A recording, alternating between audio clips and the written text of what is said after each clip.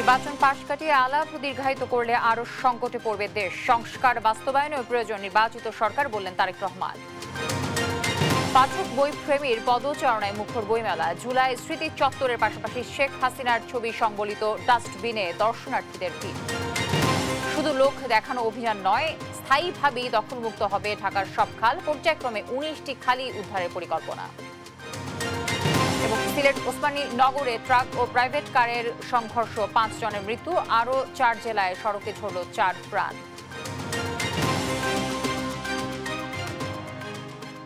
দর্শক, আমন্ত্রণ সংবাদ রাতে। শুনছিলেন সংবাদ শিরোনামগুলো। সংবাদ রাতে আপনাদের সঙ্গে রয়েছে আমি তানজিয়া জুথি। নির্বাচনকে পাশ কাটিয়ে সংস্কারের আলাপ দীর্ঘায়িত করলে দেশ আরও সংকটের মুখে পড়বে। ষড়যন্ত্রকারীরা সুযোগ পাবে বলে মন্তব্য করেছেন বিএনপির ভারপ্রাপ্ত চেয়ারম্যান তারেক রহমান। বলেন, সংস্কার বাস্তবায়নেও প্রয়োজন একটি নির্বাচিত সরকার। সাইফুল রিপনের প্রতিবেদনে আমরা বিস্তারিত জানব।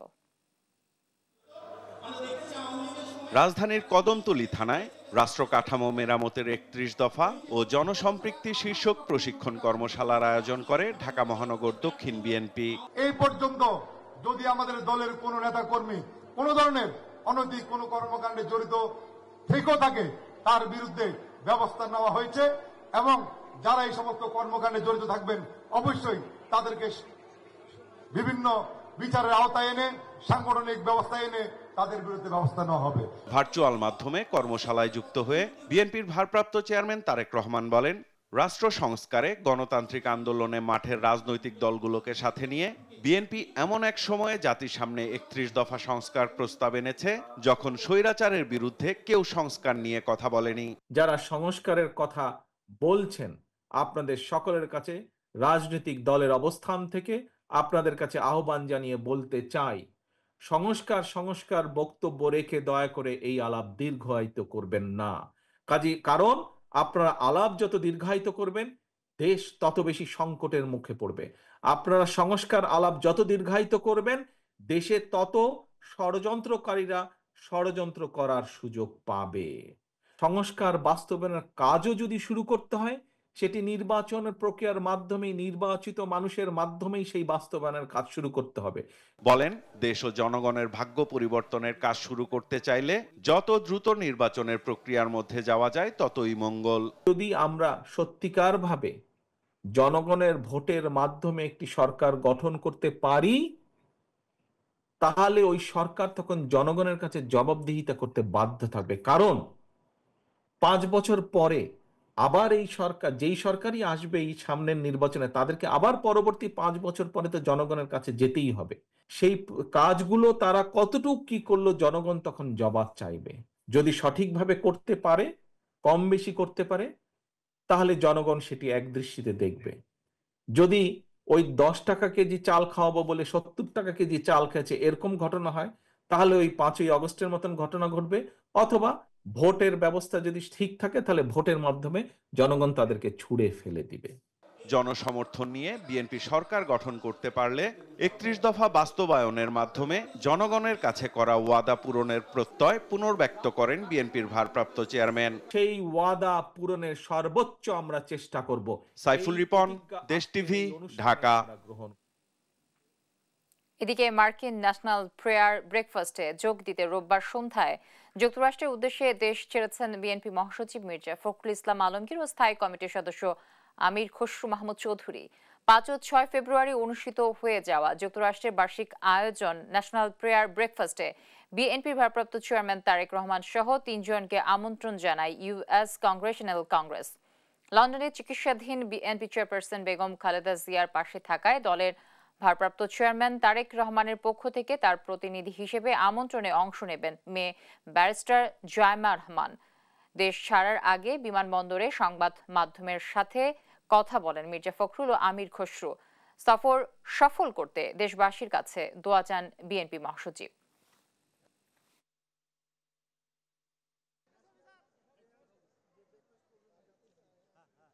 তারেক সাহেব যেতে পারছে না, উনি জায়মা রহমান ওনাকে রিপ্রেজেন্ট করবেন।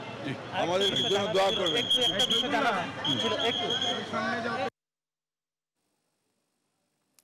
দ্বিতীয় দিনে পাঠক বই প্রেমীদের পদচারণায় জমে উঠেছে অমর একুশে বইমেলা।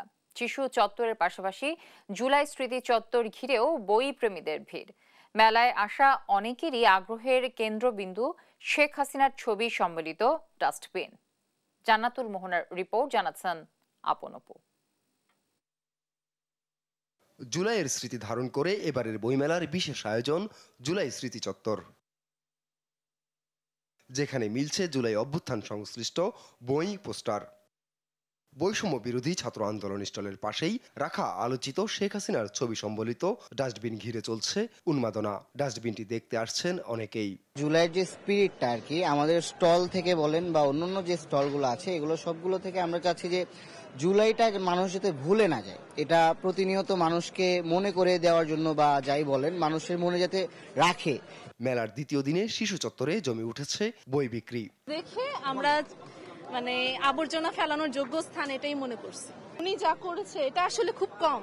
হ্যাঁ, এর চেয়ে ঘৃণাবোধ, আসলে এটা সভ্য একটা ঘৃণাবোধ প্রকাশের একটা মিডিয়ামই, কেননা এখানে জাস্ট আবর্জনা। বইমেলার প্রেক্ষাপট জানতে এবং বই পাঠে আগ্রহী করতে অনেকেই মেলায় আসেন পরিবার সহ। মেলার দ্বিতীয় দিনে নতুন বই প্রকাশিত হয়েছে 13টি। সামনের দিনগুলোতে প্রাণের মেলা আরও জমজমাট হবে বলে প্রত্যাশা পাঠক ও প্রকাশকদের। আপন অপু, দেশ টিভি, ঢাকা। কাগজে কলমে নয়, যথাযথভাবে উদ্ধার করা হবে ঢাকার সব খাল। বাধা এলে সম্মিলিতভাবে তা প্রতিহত করা হবে। সকালে মিরপুরের বাউনিয়ায় 6টি খালের সংস্কার কার্যক্রম উদ্বোধন করে এসব কথা বলেন পরিবেশ উপদেষ্টা সৈয়দা রিজওয়ানা হাসান। আর পর্যায়ক্রমে ঢাকার 19টি খাল পুনরুদ্ধার করা হবে জানিয়ে স্থানীয় সরকার উপদেষ্টা আসিফ মাহমুদ বলেন, স্বল্প সময়ে এ সমস্যার সমাধান সম্ভব না হলেও অন্তর্বর্তী সরকার একটি রূপরেখা করে যাবে। শিউলি রায়ের রিপোর্ট। ঢাকার খাল জলাশয় পুনরুদ্ধার ও ব্যবস্থাপনার উদ্যোগ নিয়েছে অন্তর্বর্তী সরকার। সেই লক্ষ্যে রোববার মিরপুরে বাউনিয়ায় 6টি খাল সংস্কার কার্যক্রম উদ্বোধন করেন পরিবেশ উপদেষ্টা সৈয়দা রিজওয়ানা হাসান। অনুষ্ঠানে স্থানীয় সরকার উপদেষ্টা আসিফ মাহমুদ সজীব ভুইয়া বলেন, স্বল্প সময়ে এই সমস্যার সমাধান সম্ভব না, তবে একটি রূপরেখা করা হবে। অতি স্বল্প সময়ের মধ্যে আমাদের পক্ষে অনেক বড় বড় সমস্যার সমাধান করা সম্ভব নয়। এই খালগুলোকে পুনরুদ্ধার এবং সংরক্ষণের একটা উদ্যোগ হচ্ছে ব্লু নেটওয়ার্ক, যার অধীনে 19টি খালকে পুনরুদ্ধার করা হবে। তার মধ্যে 6টির কার্যক্রমের আজকের উদ্বোধন অনুষ্ঠান। খাল পুনরুদ্ধারে সংশ্লিষ্ট কর্তৃপক্ষের পাশাপাশি স্থানীয় জনসাধারণের সচেতনতা দরকার বলেও মনে করেন গৃহায়ন ও গণপূর্ত উপদেষ্টা আদিলুর রহমান খান। গত 15.5 বছর ধরে কিভাবে করে উন্নয়নের নামে টাকা পাচার করা হয়েছে, দুর্নীতি ব্যাপক করা হয়েছে। এর বাইরে এসে যদি আমরা কিছু কাজ করতে পারি, সেই কাজ পরবর্তীতে যারা আসবেন তারা এগিয়ে নেবেন এবং এই কাজের মধ্যে দিয়ে বাংলাদেশের মানুষ, বিশেষ করে ঢাকা শহরের অধিবাসীরা বেনিফিটেড পাবেন। উচ্ছেদ অভিযানে বাধা এলেও সম্মিলিতভাবে তা প্রতিহত করা হবে বলে জানিয়ে পরিবেশ উপদেষ্টা বলেন, এলাকা ভিত্তিক কমিটির মাধ্যমে রক্ষা করা হবে খাল। আমরা কিন্তু কোনো প্রকল্প বলছি না। প্রকল্পের অধীনে এই কাজ শুরু করতে গেলে আমাদের সরকারের যে প্রসেস খুবই দ্রুততার সাথে করতে গেলে আমাদের 8 থেকে 10 মাস লাগতো। কাজে আমরা যার যেখানে ড্রেনেজ, ইমার্জেন্সি সাপোর্ট যা আছে সেটা নিয়েই মোটামুটি কাজটা শুরু করছি। বর্ষার মধ্যেই আরো 19টি খাল পুনরুদ্ধারে কাজ শুরু হবে বলেও জানান উপদেষ্টারা। শিউলি রায়, দেশ টিভি, ঢাকা। সড়কে কোনোভাবেই থামছে না মৃত্যুর মিছিল। আজও কয়েক জেলায় সড়কে প্রাণ গেছে 8 জনের। এদের মধ্যে সিলেটের ওসমানী নগরে প্রাইভেট কার ট্রাকের মুখোমুখি সংঘর্ষে 4 জনের মৃত্যু হয়েছে। এছাড়াও ফেনী, সাতক্ষীরা, গোপালগঞ্জ ও বান্দরবানে আলাদা সড়ক দুর্ঘটনায় 1 জন করে মারা গেছেন। এসব ঘটনায় আহত হন কমপক্ষে 10 জন। সহকর্মীদের পাঠানো তথ্য ছবিতে আব্দুল্লাহ আল মারফের রিপোর্ট। সিলেটের ওসমানীনগরের 19 মাইল এলাকায় একটি প্রাইভেট কার ও ট্রাকের মধ্যে মুখোমুখি সংঘর্ষ হয়। এতে ঘটনাস্থলেই মারা যান 2 জন। হাসপাতালে নেয়ার পর আরও 2 জন মারা যান। সিলেট ঢাকা মহাসড়কে এই দুর্ঘটনা ঘটে। এদিকে ফেনী সোনাগাজী আঞ্চলিক সড়কে কাভার্ড ভ্যান ও সিএনজি অটোরিকশা সংঘর্ষ হয়। এতে ঘটনাস্থলে নিহত হন একজন। এ সময় অটোরিকশাটি দুমড়ে মুচড়ে যায়। গুরুতর আহত হয় আরও 3 জন। সকাল 9টার দিকে সাতক্ষীরার দেবহাটায় ট্রলির চাপায় নিহত হয়েছেন দেবীশহর সরকারি প্রাথমিক বিদ্যালয়ের 2য় শ্রেণীর ছাত্রী। স্থানীয়রা জানায় শিমুলবাড়িয়া গ্রামের আলমগীর হোসেনের 8 বছরের শিশু মিম সকালে স্কুলের সামনে চলন্ত ট্রলির চাপায় নিহত হয়। এ সময় স্থানীয়রা ট্রলি চালক মনিরুল ইসলাম মুন্নাকে আটক করে পুলিশে সোপর্দ করে। গোপালগঞ্জে বাস ও ট্রলির সংঘর্ষে নিহত হয়েছে ট্রলির হেলপার। দুর্ঘটনায় আহত হয়েছে আরও 5 জন। দুপুরে ঢাকা খুলনা মহাসড়কে গোপালগঞ্জ সদর উপজেলার গোপীনাথপুর এলাকায় এ দুর্ঘটনা ঘটে। এদিকে বান্দরবানে জিপ গাড়ি ও মোটরসাইকেলের মুখোমুখি সংঘর্ষে নিহত হয়েছে মোটরসাইকেলের এক আরোহী। এ সময় আহত হন আরও 2 জন। তারা রোয়াংছড়ি উপজেলার তারাছা ইউনিয়নের দলিয়ানপাড়ার বাসিন্দা বলে জানায় স্থানীয়রা। আব্দুল্লাহ আল মারুফ, নিউজ ডেস্ক, দেশ টিভি। অবৈধ সম্পদ অর্জনের অভিযোগে সাবেক নৌ পরিবহন মন্ত্রী শাহজাহান খান ও তার পরিবারের বিরুদ্ধে 3টি মামলা অনুমোদন দিয়েছে দুর্নীতি দমন কমিশন দুদক। রোববার সেগুনবাগিচায় সংস্থাটির প্রধান কার্যালয়ে সাংবাদিকদের বিষয়টি নিশ্চিত করেছেন দুদক মহাপরিচালক আক্তার হোসেন। অনুমোদিত মামলায় সাবেক মন্ত্রী শাহজাহান খানের বিরুদ্ধে 11,36,51,000 টাকার অবৈধ সম্পদ অর্জন ও তার ব্যাংক হিসেবে 86,69,00,000 টাকার সন্দেহভাজন লেনদেনের অভিযোগ আনা হয়েছে। তার স্ত্রী সৈয়দা রোকেয়া বেগমের বিরুদ্ধে 4,47,00,000 টাকার অবৈধ সম্পদ অর্জনের অভিযোগ দ্বিতীয় মামলায় অনুমোদন দেয় দুদক। এছাড়া তৃতীয় মামলায় তাদের ছেলে আনিসুর রহমানের বিরুদ্ধে 9,89,00,000 টাকার অবৈধ সম্পদ অর্জনের খবর আনা হয়েছে। অনুমতিবিহীন 11,36,00,000 টাকারও বেশি মূল্যের সম্পদ অর্জন এবং তার নামে ব্যবসায়িক প্রতিষ্ঠান খুলে উক্ত প্রতিষ্ঠান এবং নিজ নামে মোট 9টি ব্যাংক হিসাবের মাধ্যমে সন্দেহজনকভাবে 86,69,00,000 টাকারও বেশি লেনদেন করায় তার বিরুদ্ধে দুর্নীতি দমন কমিশন আইন 2004, মানি লন্ডারিং প্রতিরোধ আইন 2012 এবং দুর্নীতি প্রতিরোধ আইন 1947-এর সংশ্লিষ্ট ধারায় মামলা রুজুর সিদ্ধান্ত গৃহীত হয়েছে।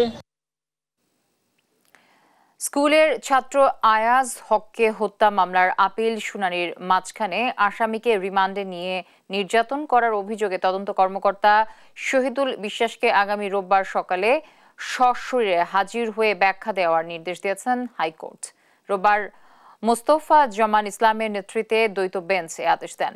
মামলার অভিযোগে বলা হয় 2014 সালের 9 জুন সিটি কলেজের প্রীতি ফুটবল টুর্নামেন্টের প্রস্তুতি ও খরচ বাবদ টাকা তোলার বিষয় নিয়ে আয়াজের বড় ভাই সিটি কলেজের বিজ্ঞান বিভাগের 2য় বর্ষের ছাত্র আশদিন হকের সঙ্গে আসামিদের কথা কাটাকাটি ও পাল্টাপাল্টি ধাওয়ার ঘটনা ঘটে।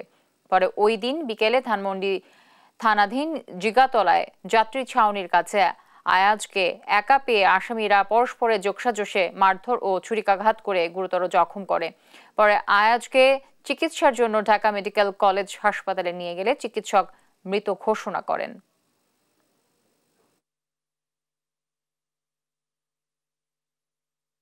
সকাল 10:30টায় তার এই আচরণের ব্যাখ্যা দেওয়ার জন্য সুপ্রিম কোর্টের হাইকোর্ট বিভাগের একটি বেঞ্চে সশরীরে হাজির হয়ে তার এই আচরণের ব্যাখ্যা দেওয়ার জন্য নির্দেশ দিয়েছে এবং এই ঘটনাটি তখনকার দিনে যুগান্তর, ডেইলি স্টার, সমকাল সহ সব পত্রিকায় মানবাধিকার কমিশনের যিনি চেয়ারম্যান ছিলেন তখন ডক্টর মিজানুর রহমান, তিনি তাকে দেখতে যান হাসপাতালে। এই দেখতে যাওয়ার ঘটনাকে কেন্দ্র করে সবগুলো পত্রিকার রিপোর্ট হয় এবং ডেইলি স্টারে তখন এটাও রিপোর্ট হয়েছিল যে 10 লক্ষ টাকার ঘুষের বিনিময়ে এই শিশুকে, তখন তার বয়স ছিল 15 বছর 9 মাস, তাকে এইভাবে নির্মম নির্যাতন করা হয়। ঢাকা বিশ্ববিদ্যালয়ে ফজলুল হক মুসলিম হলে তোফাজ্জলকে পিটিয়ে হত্যা মামলার পুলিশের দেয়া তদন্ত প্রতিবেদনে সন্তুষ্ট তোফাজ্জলের পরিবার ও আইনজীবী। রোববার ঢাকার মেট্রোপলিটন ম্যাজিস্ট্রেট মোহাম্মদ সাইফুজ্জামানের আদালতে অভিযোগ গঠনের শুনানিতে সন্তুষ্টির কথা জানান তারা। পুলিশ অভিযোগপত্রে 21 জনের নাম উল্লেখ করে তদন্ত প্রতিবেদন জমা দেয়। তবে এর বিরুদ্ধে নারাজি আবেদন করে ঢাকা বিশ্ববিদ্যালয় কর্তৃপক্ষ। বিচার প্রক্রিয়াকে বিলম্বিত করা সহ আসামিদেরকে রক্ষা করার চেষ্টায় নারাজির আবেদন বলে অভিযোগ নিহত তোফাজ্জলের পরিবার ও আইনজীবীর।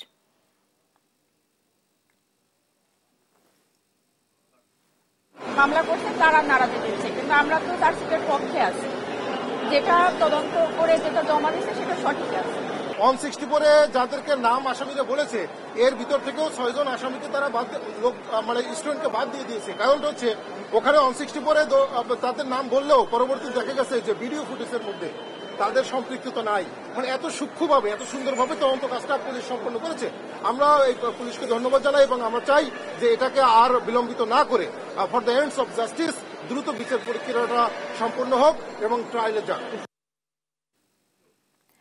কুষ্টিয়া পানি উন্নয়ন বোর্ডের কার্যালয়ে লক্ষ্য করে গুলিবর্ষণের ঘটনা ঘটেছে। জানা যায় রোববার দুপুর 1:30টার দিকে কুষ্টিয়া পানি উন্নয়ন বোর্ড কার্যালয়ে সীমানা প্রাচীরের ওপার থেকে আকস্মিক পরপর 2 রাউন্ড গুলি ছোড়া হয়। এতে আতঙ্কিত হয়ে পড়েন কর্মকর্তা কর্মচারীরা। পাশেই বাংলাদেশ পানি উন্নয়ন বোর্ড জাতীয়তাবাদী শ্রমিক কর্মচারী ইউনিয়নের কেন্দ্রীয় সমাবেশ চলছিল। তাদের মধ্যেও ছড়িয়ে পড়ে আতঙ্ক। পুলিশ জানায় কারণ উদ্ঘাটনে কাজ করছে একাধিক টিম। জড়িতদের চিহ্নিত করে আইনগত ব্যবস্থা নেওয়ার কথাও জানায় পুলিশ।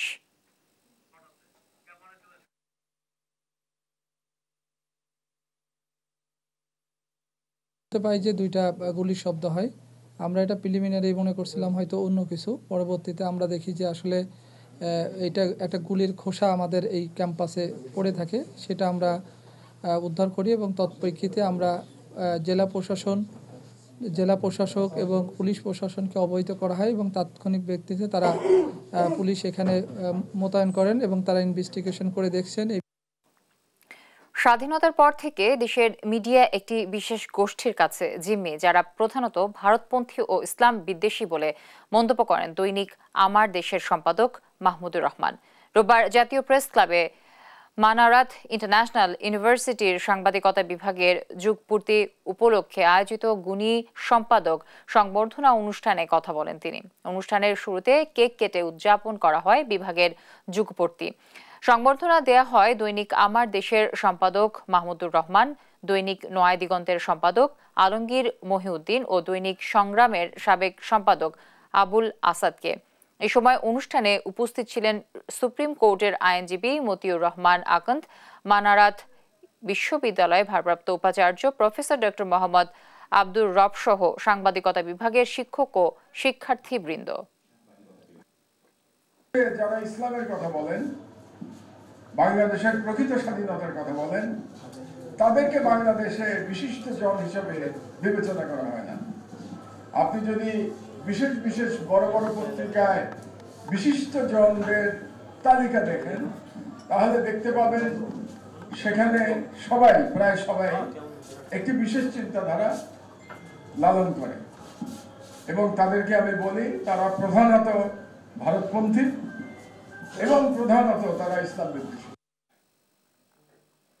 জাহাঙ্গীরনগর বিশ্ববিদ্যালয়ে ভর্তি পরীক্ষায় পোষ্য কোটা সম্পূর্ণরূপে বাতিলের দাবিতে আমরণ গণ অনশনে বসেছে বৈষম্য বিরোধী ছাত্র আন্দোলনের শিক্ষার্থীরা। রোববার সকাল থেকে বিশ্ববিদ্যালয়ের নতুন রেজিস্ট্রার ভবনের সামনে আমরণ অনশনে বসেন তারা।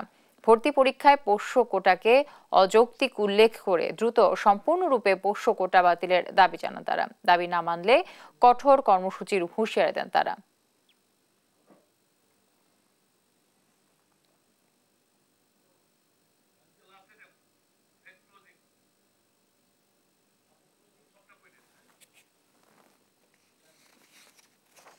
এত বড় একটা গণঅভ্যুত্থান হয়ে গেল, যার মাধ্যমে আমরা কোটার বৈষম্যটাকে মূলত নিরসন করার জন্য এত বড় একটা আন্দোলন করে আসলাম। তার পরবর্তী বাংলাদেশে আসলে আমরা এই ধরনের কোনো বৈষম্য দেখতে চাই না, দেখে ওই জায়গা দেখে আমাদের আজকে এখানে বসা। আজ হয়তো এই কোটা প্রথার শেষ হবে, আর নয়তো আমরা এই অনশন চালিয়ে যাবো। দেখবো প্রশাসন কতটুকু সময় নিতে পারে এই যৌক্তিক দাবি থেকে আমাদের দূরে রাখতে। দর্শক, এই ছিল এখনকার সংবাদ রাত। পরে বুলেটিন দেখার আমন্ত্রণ রইল। এছাড়া দেশ টিভি সর্বশেষ সব খবর পেতে ভিজিট করুন www.desh.tv। ফেসবুকে আমাদের সঙ্গে যুক্ত থাকুন দেশ টিভি অথবা দেশ টেলিভিশন পেজে। এছাড়াও সর্বশেষ সব ভিডিও পেতে ইউটিউবে আমাদের হ্যান্ডেল @দেশ টেলিভিশন অথবা @দেশ টিভি নিউজ থেকে সার্চ করুন। ধন্যবাদ সবাইকে সঙ্গে থাকার জন্য।